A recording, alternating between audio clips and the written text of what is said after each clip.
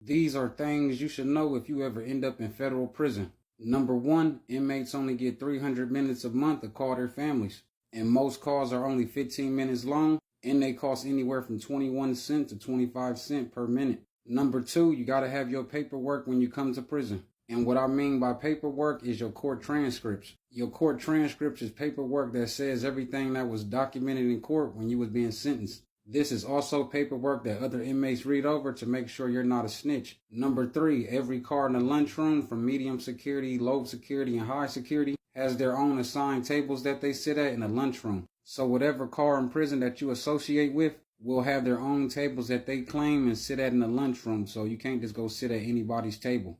Trust me, it doesn't work like that. And what I mean by cars is the type of time that you want when you get to prison. So you can be on gang time, Ohio time, down south time, out west time, Cali time. So say you from Texas, and if Texas got their own car in the prison that you go to, that's the type of time you're going to be on. Or if you a gang member like a Blood or something, that's the type of time you're going to be on. You're going to be rocking with all the Bloods in jail. And number four, this is a must. Make sure you buy some shower shoes, man. Because them floors in that shower will probably get your feet pregnant. So I'm telling you right now, you will get clowned by every inmate in the prison if they catch you in the shower without no shower shoes on. And another thing is, when you go to commissary, make sure you buy you a radio or MP3 player. Because if you don't, you will not be able to watch TV because all the TVs is on mute. All the TVs in prison are connected to stations that you got to use your MP3 player or radio for to connect to. And number five is, most prisons' commissary limit is only $280 or $350 per month. So that means you can only spend at the store $280 or $350.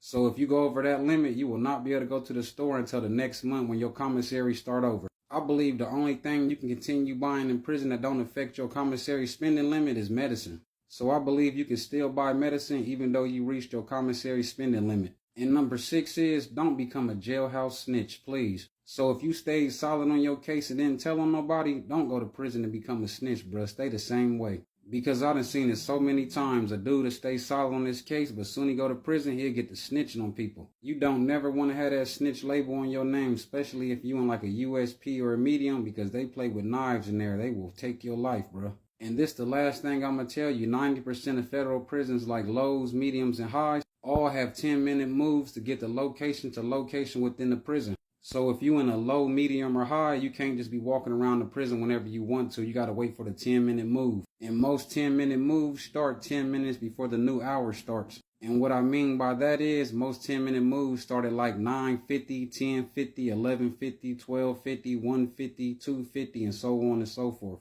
But this is part one of things you should know before you go to federal prison. Part two coming soon.